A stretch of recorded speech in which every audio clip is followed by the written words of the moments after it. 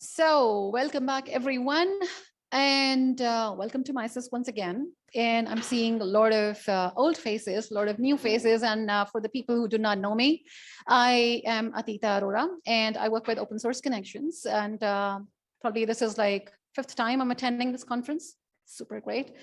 And next we have with us is Felix from OTTO, who's going to be talking with us about using LTRs, and they're experimenting with Shorthead queries and using LTR with it. So let's have a big round of applause for him.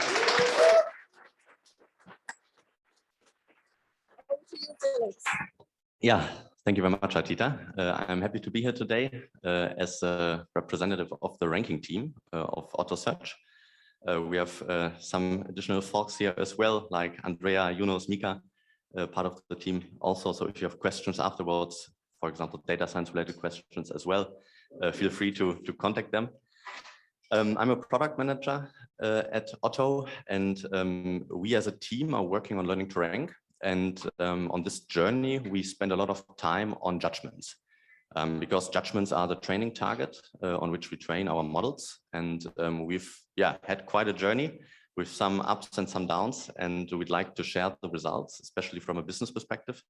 So we spend a lot of time into figuring out which KPIs to use as a training target. So the CTR, the CBR, orders, clicks, what might be the best. And in this talk, we'd like to highlight our interesting findings.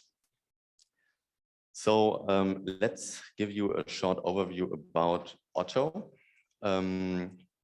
Well, when I came on stage, I figured that that picture might not be a good representative of how we work right now, because of course we work mostly remotely. But this is our campus in Hamburg. Last year was a pretty good year for us and for e-commerce. So we generated roughly 7 billion euros in GMV. And as GMV indicates, we are a marketplace, a platform, and we get into that challenges in a few minutes from a search perspective. We have roughly 2.9 million qualified visits per day, and out of that, roughly 70% mobile. As I said, the scaling of OTTO into a platform and the onboarding of new vendors and products resembles a challenge from a search perspective. And this is basically because of 4 main reasons. So the first one is that with onboarding new partners nearly every day, we increase the amount of products and sellers on the platform. So what you can see here basically is just a screenshot from our Grafana dashboard, where you can see on the y-axis the number of vendors. As of now, we have roughly 4,000 vendors on board and a little more than 17 million product variations. And for us, from a search and from a ranking perspective, that means that we retrieve more and more products on average per query. So we have to get better at ranking or keep as good as we are to have relevant products, especially in top positions. Also, we experience that the product data quality gets more and more mixed. Since we of course have content standards, but the product data quality can vary from seller to seller. And as you probably know from a search perspective, for retrieval and ranking, this is not good. The third point is that we in the past optimized mostly on business KPIs like revenue or units. And as of 1 or 2 years ago, we started to optimize on customer relevance. And by that, we mean that we do not really care so much anymore about how much revenue a user maybe has in an average order value or something like that, but more is a user, is he or she finding relevant products or not, and is he or she purchasing them? So this is basically what we define under a successful search for a lot of search intents. And then the fourth one, and with that we get into judgments, is that we also see an increased number in body and long tail searches. We have a lot of marketing campaigns advertising that we have now more products on board, and therefore the interest of our customers evolves as well.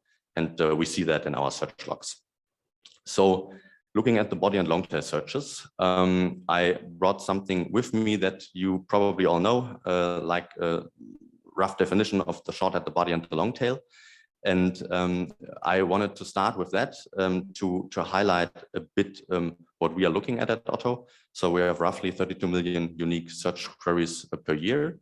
On a monthly basis, that accounts for 5.5 million unique search terms. And for us, at the beginning of our judgment journey or learning to rank journey, one interesting question was how many products are bought from the queries with the most of traffic, and how many of the queries we have in total are recurring, so happening on a monthly basis over and over again. So that's the first number. 55% of searches are recurring, roughly. And if we just look at those queries, they generate more than 95% of our interaction data. So the recurring queries are the queries with a lot of interest for the most of users. And if we just look at the top 1% of queries, and to not be misunderstanding, so the top 1%, we do not understand that as our shorthead, but we believe that the shorthead is part of this top 1%. But just the top 1% accumulates roughly 80% of the orders. So if you look at when we started with learning to rank, we believed that one of the big values we could achieve with learning to rank is especially optimizing our body and long tail queries. Since we believed that our status quo ranking, which is still a rule-based system, works pretty well on the shorthead. And that because as of now, what you can see here is that we have three main ranking factors that we use for status quo ranking. It's a linguistic relevance, a very quite simple approach where we just have different product data fields. We have the search tokens and we just binary look for matches. We have the availability. In our case, it's a classification into available and delayed. Available is, again, quite basic, everything that has a delivery time of up to 7 days, and delayed is everything above that.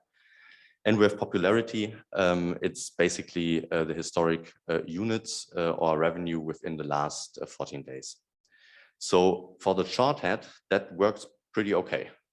We see rankings that in a lot of cases fit the user needs. But if we go down, if we go back maybe, if we go down to the body and especially the long tail, what we see is that the third factor, the popularity, is for a lot of products for this specific query empty, because the product or the search has not been looked for so much in the past 14 days. And therefore our shorthead is a bit weaker or much weaker in a lot of cases, apparently, than in the shorthead.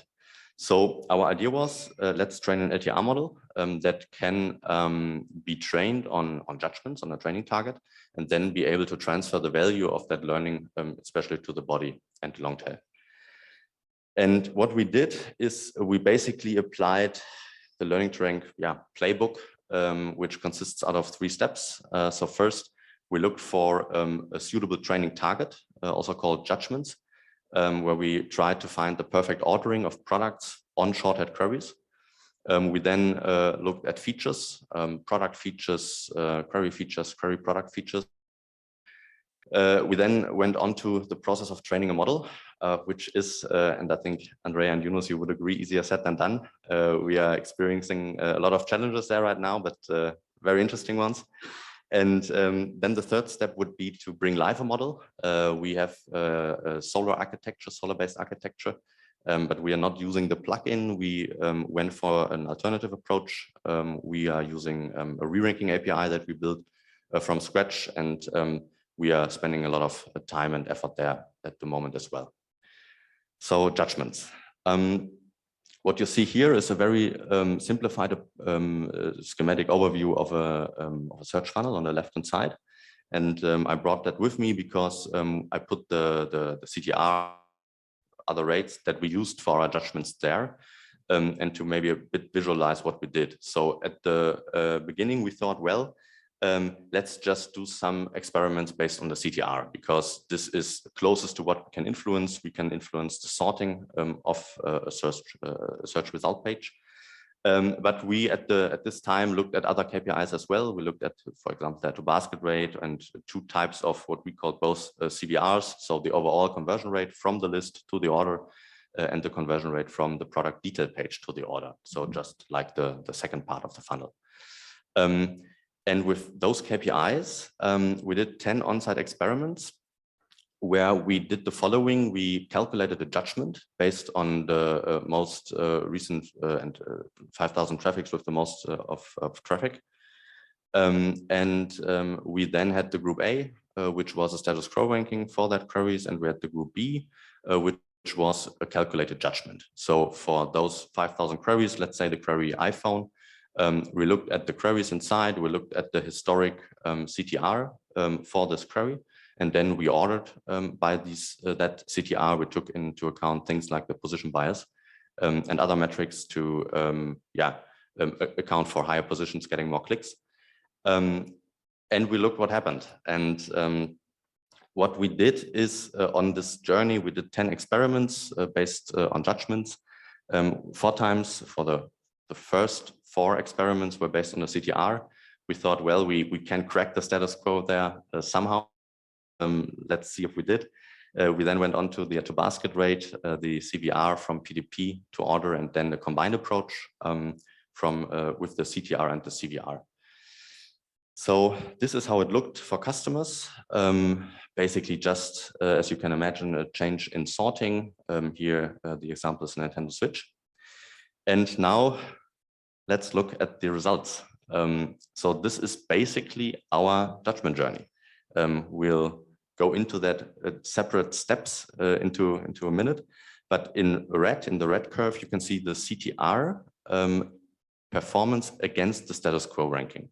So if we have at the top, for example, a high CTR, that means the judgment was 3.5% better in this online experiment than the status quo. And in the black curve, you can see the CVR, the whole CVR, so from the list to the order. So as you can see, our start was quite bumpy.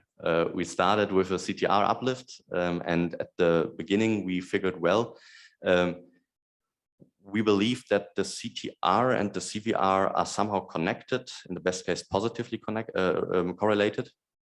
And we then found out that this is clearly not the case. So we were able to increase the CTR by roughly 3.5%, but we decreased the CVR by 4.2%. And of course, we had to take that offline pretty soonish after going live. And then we did 3 more experiments based on the CTR because we applied several filters. We looked at the data, we looked at the analysis. We, for example, figured out that we ranked products to high positions that had just 1 view and 1 click. And this might be a CTR of 100%, but not really, right? So we applied filters there, for example, for that case, a click filter. We also encountered products that had a very bad availability. So they were relevant, that were maybe nice products, but customers had to wait quite long for them comparatively to other products. So we applied more and more filters. The CTR decreased, so the positive CTR effect stayed, but it decreased. And the negative CVR effect stayed as well, but it decreased as well. So we were getting closer to the status quo, but we believe one of the main reasons for that was because we applied so many filters, the amount of re-ranking changed as well. So we basically had an effect there, but not the intended one. So we went over to a second KPI, the to-basket rate. We thought, well, if we are not able to increase the CVR with clicks, an add-to-basket event might be a very, very interesting insight. So we calculated again a judgment for 5,000 queries, tested it against the status quo. And we did, so overall t-tests here, we checked for significance. And in this case, the CTR and the CVR were not significant. The CTR was descriptively positive, but as our analysts say, that doesn't count. It was not significant. We then decided, okay, that is still a good intermediate result, because if we compare the left-hand side to the right-hand side, we see some progress there. So we want to move further down the funnel. So we first started to use the CVR from the product detail page to the order. You may ask now, why didn't you take the overall CVR, the CVR from list to order? We did that because we believed at the time that we learned a lot about a CTR-based judgment, and now we wanted to go live with an experiment that just takes into account the last part of the funnel. So at a later stage, we might combine them. We went live with that, and for the first time in several months, and this was for us quite a breakthrough, we beat the Status Quo ranking based on the CVR. So we were able to increase it descriptively by +1%. The confidence interval was somewhere between +0.3 and +1.6%. For the CTR, again, no significance. So after we had that breakthrough, we figured, okay, with the CTR judgment, we have been able to increase the CTR, and with the CVR judgment, we've been able to increase the CVR. What happens if we combine those? So we did that, and at this moment, maybe a quick shout out to René and Mikio who helped us there, because an interesting question was, if you look at the target KPI right there, was how to combine them. So we chose a just linear combination, we multiplied them. We looked for other ideas like, for example, taking the CTR to the power of 0.1 or 0.05 to put a higher weight on the CVR. And we somehow have been able to bring the uplift of the first CTR judgment to this judgment right here. So we had a CTR uplift, significant one of around +2%, and again a CVR uplift. So from our perspective, that worked quite well. And now let's dig into that one, because we believe that this might be the best judgment that we did so far. If you've been to the buzzwords and you've listened to the talk of Andrea and Yunus, actually this question is one that we are looking for at the moment, if the CVR-based judgment from PDP to order or this combined approach is actually. But as of now, we believe our indicators show that, yeah, this judgment, the combination, worked pretty good. So now you see the funnel again. And on the left side, you can see some of the KPIs that we looked for. So for example, you can again see the CTR and the overall CVR uplift. And what you can also see is the OTTO basket rate from the product detail page to the basket. While we increased the CTR, we decreased this OTTO basket rate. But since the CTR uplift was stronger, we overcompensated that downlift in the middle of the funnel. And we encountered some interesting things. So we believe that if we increase the CVR, orders go up and therefore revenue might go up as well. But what we did not take into account when we thought about that was that maybe the price of products on certain queries might change. So we encountered cheaper products, especially on the top 20 positions. And this is how it looked like in a lot of cases. So I'm a huge coffee lover, as my teammates know. And on the left-hand side, you can see the Status Quo Kaffeemaschine, which means coffee machine. And there you can see a couple of this Kaffee-Vollautomaten, which is basically a fully automated coffee machine. It's more expensive. It makes maybe a bit nicer coffee. So the top two positions here are roughly around 350 and 399 euros. And when we applied our judgment, we ranked products to top positions that were a lot cheaper in that case. So basically normal coffee machines that you find everywhere and that do the job. But yeah, they are cheaper. And in this case, this query worked really, really good, because apparently users that are looking for coffee machine are not looking for Kaffee-Vollautomaten. And we then had this effect of the 6.7% decline in average price. Also, we saw that fewer customers used refinement options, and two of those were the use of facets in general, which went down like 0.8%. And also, especially due to the amount of cheaper products on top positions, fewer users used the rechanging based on sort ascending. Yeah, and I spoke about it, or I spoke about it quickly a minute ago, but did we make more revenue? No. The answer is no to that. We had no measurable effect on revenue. We had a slightly descriptive effect, but it's does not really count. It wasn't significant. So we had more orders with a slightly lower average order value. But we still, of course, since because of our definition of how do we measure success, we think that this was still a very, from our perspective, successful experiment, because we optimize for successful user journeys measured by the conversion rate.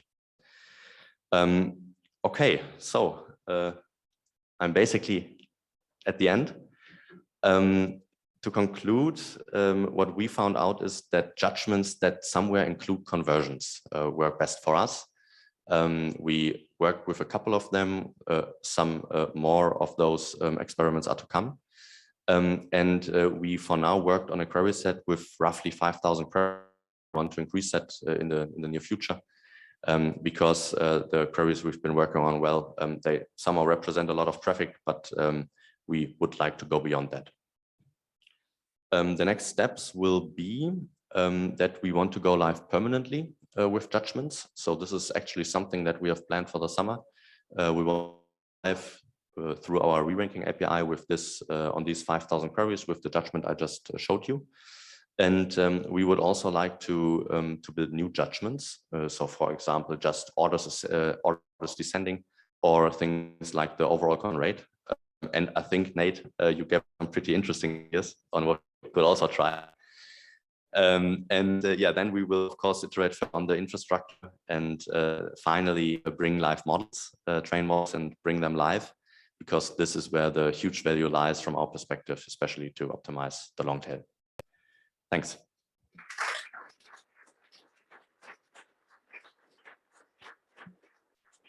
Okay, that was pretty great insights, and we are open for questions, and we already have one. Okay. That was fantastic. I love the systematic approach and the trying hard to be honest with yourselves, which is always hard. One question I have is, the methods you're using are assuming that there's a single linear ranking that will work for everyone, even though you don't know who the user is necessarily. So let's take the coffee machine example. There might be one user who is predisposed to getting something cheap and another one who's predisposed to getting something high quality. But you're assuming that there's a single ranking that will work for both. Have you tried using diversity at all in order to mix, let's say, expensive and cheap coffee machines, to take this example? Yeah, so we actually have thought about diversity, but we have not tried it as a feature yet. We also have a personalization team at OTTO, with which we did an interesting experiment of personalization on the product list. We optimized for the CTR there as well, and the results based on the CVR have not been good either. So we want to go into a second iteration based on orders, so or at a basket events further down in the funnel. It's a very good point. Thank you for that. The answer is sadly no, we haven't tried it yet, but we will. Perfect. I hope that answered your question. Okay, then we have the second one coming in. Hi, thank you for the talk. You were mentioning that you have noticed that the use of facets and sorting changed. Do you take these signals as a feedback to the further development? And how do you use this? Like if you see that certain queries always trigger the users to use facets, like do you take an action on that? Yeah, so we look at effects like that, and then we normally start into an exploratory phase on getting to the point, to the ground of it. Why is the user behavior like that? In a round with data scientists, analysts, and especially who are not here today, but UX departments. One of the explanations for that behavior that we saw here was that since we are sorting cheaper products to the top positions, that this effect here occurred. So we're looking at that, and then we try to come out with conclusions on maybe what to integrate into our judgments or models to to take this user behavior into account and to maybe optimize the ranking for that specific case. That was pretty general. I hope that answered your question. Yeah. Okay. Okay. We have a couple of more. I think we can take 2 more questions. Oh. Thanks. Sorry, I wasn't here, unfortunately, from the start of your talk, so you may have mentioned that. Have you ever considered dealing with position biases somehow, maybe a little bit further along than just diversifying them, but having something more robust than that? Yes, we have. We take the position bias into account. We also take things like we have a prior to calculate a base click probability for each query. So we calculate the click probability per position, and then we apply it to somehow deal with products that have received a lot of clicks and a lot of views, for example, on top positions, to deal differently with those than that have been somewhere in lower positions. We also have our data scientists here who actually built that. So maybe after the talk or now, if you would like to go deeper into that, they're happy to answer, I think. Okay, we can have probably the last question. Thanks. Thank you, for the presentation. Have you compared or tried some other techniques like which are related to the user experience, like using auto-completion or using some intermediate results which disambiguate and kind of figure out what the user really wants when you have too many results? So things that mostly on the user experience part, like auto-completion or a screen before the results that will help like choose which type of products do you want? I believe not yet. So what we do at the moment is that we just calculate the static lists and then we put them out into through batch stops into an A/B test. If I understood correctly, you would point to something like look at the session and look how a user interacts with, for example, the search result page, and then take that as a feedback into our ranking, right? Or did I get it wrong? The idea is instead of like choosing the best results and put them on the first page, to use some intermediate steps and to work on the user experience in order to help the user like refine the query. Okay. Like auto-completion or facets or things similar to that, where you don't display results and you have like the place for 4 results on a mobile screen, but instead displaying something that helps the user go further and find the best product. Yeah, that's pretty interesting. We didn't do it in an A/B test, actually, not yet. We have some exploratory work where we had some lab tests with probings and like with 10 people or so, who then interacted with those features. But we didn't do it in our team, but there have been initiatives to look at that, but not in an A/B test yet. But it's a really cool initiative, I think. So there's a lot of value in that. For sure. I think, I'm not sure, maybe data scientists here can correct me. Is there something called layout bias? So it sounds like, I mean, some things would change if we change the layout of. Yeah, we also encountered the presentation bias. So we, for example, optimized queries. I'm not sure if that's an anecdote for the round, actually, but I just share it. We optimized the query for pictures. And well, OTTO has a lot of pictures and a lot of pictures also with like men and women who do not have that much clothes on. And when we optimized for clicks, that products went through the roof and to top positions. And when we looked at orders, everyone clicked, but no one ordered actually. So yes, there is a presentation bias. Okay, sounds good. That's a pretty good one. Spot on. Okay, we would probably give a minute for the next speakers to line up, but